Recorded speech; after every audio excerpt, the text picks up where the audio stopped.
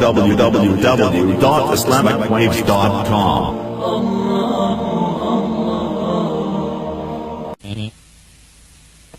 یوں کر کے کمرے میں داخل سارا اس نے چہرہ چھپایا ہو بس یہ آنکھیں نہیں یہ کمرے میں نے کہا اب نقاب اتار دو اب کوئی نہیں ابھی تو سارے محرم بیٹھے ہوئے کوئی غیر محرم نہیں نقاب اتار دو اب وہ ایسے سر ہی نہ اوپر اٹھائے ایسے سر جھکایا ہوا کہا بھائی حوصلہ رکھو کوئی بات نہیں گرتے ہیں شاہ سوار ہی میدان جنگ میں اس میں کیا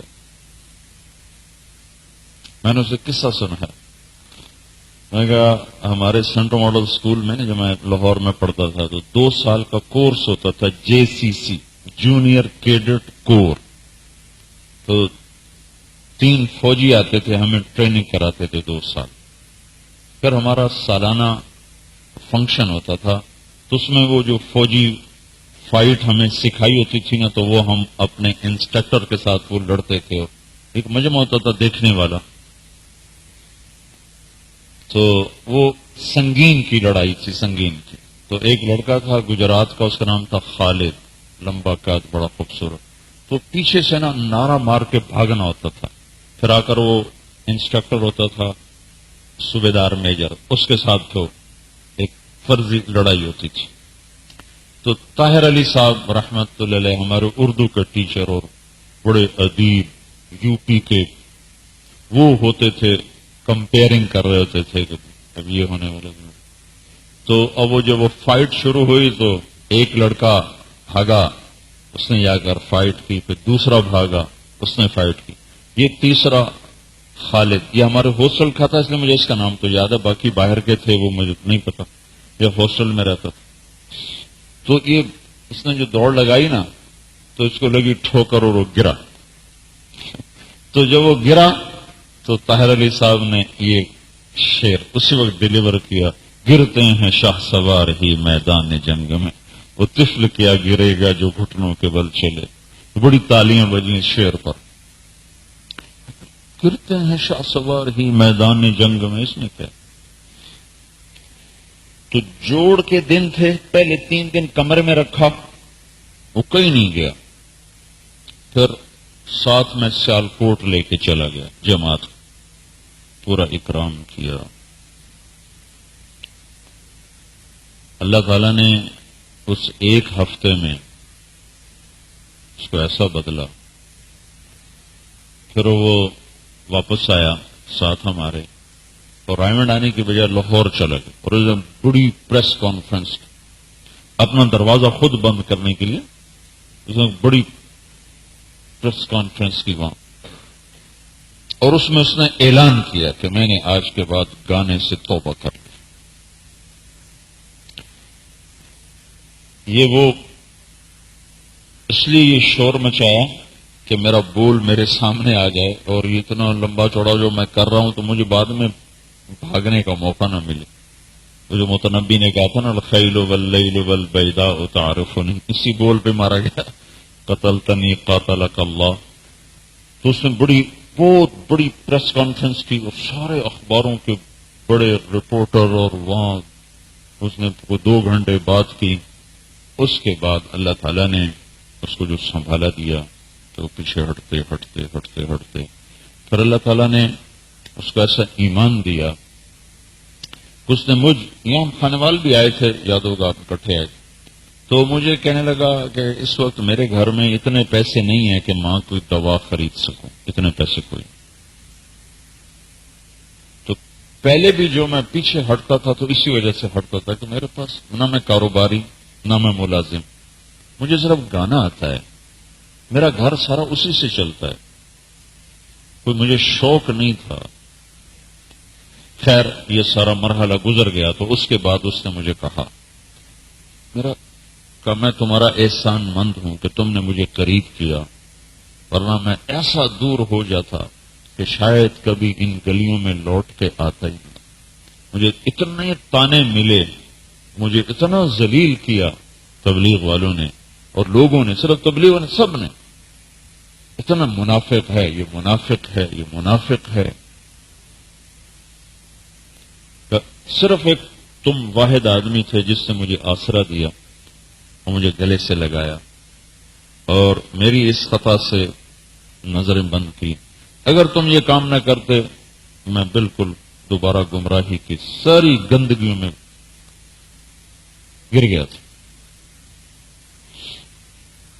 پھر اللہ نے اس کا وہ مرحلہ بھی گزار دیا. ایک کاروباری اس کو ٹکرا دیا جس کے پاس کام تو تھا نام نہیں تھا.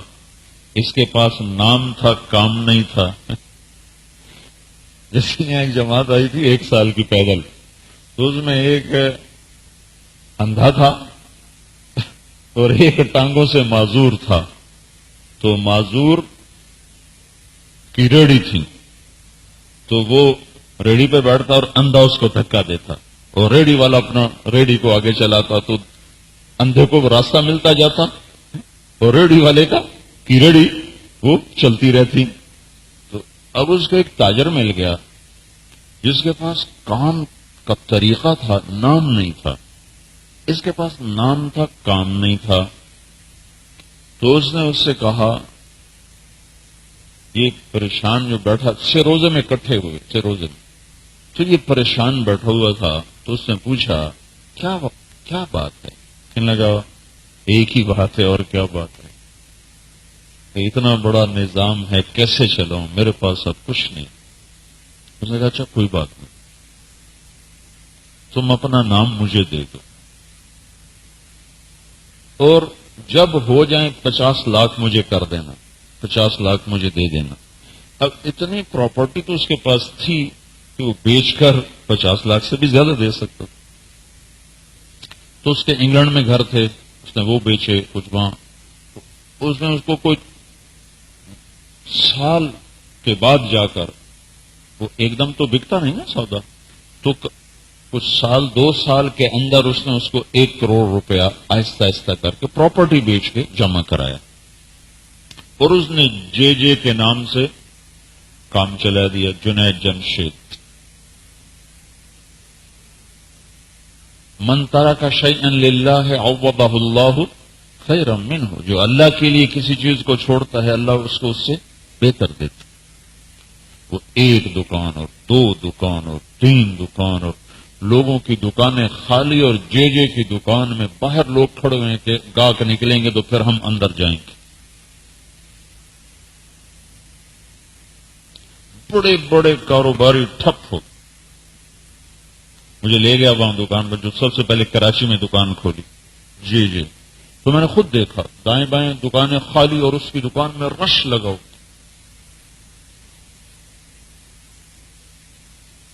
پھر اللہ تعالیٰ نے اتنا دے دیا، اتنا مجھ سے خود. پھر کہنے لگا اب میں کیا کروں، یہ میرا تو سارا پیسہ حرام کا تھا. پھر مفتی تقی صاحب سے رجوع کیا تو انہوں نے فرمایا کہ جتنا پیسہ بنا موسیقی سے اس کا حساب کرو اور اتنا صدقہ کر دو تو باقی حالات ہو جائے گا. تو چنانچہ وہ سارا حساب کر کے پتہ نہیں وہ کتنا بنا، وہ پھر اس نے تھوڑا تھوڑا کر کے صدقہ دیتا گیا. تو جو قیمت اصل تھی وہ، یعنی جو قیمت اب ہے وہ، مثلا ایک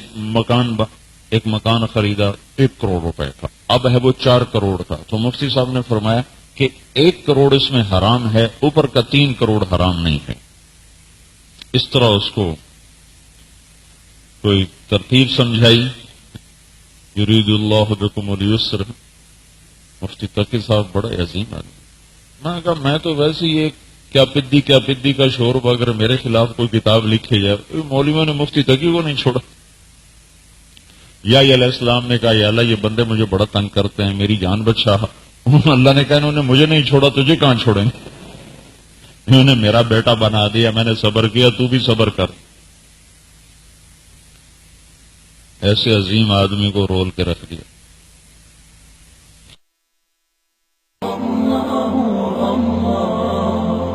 www.islamicwaves.com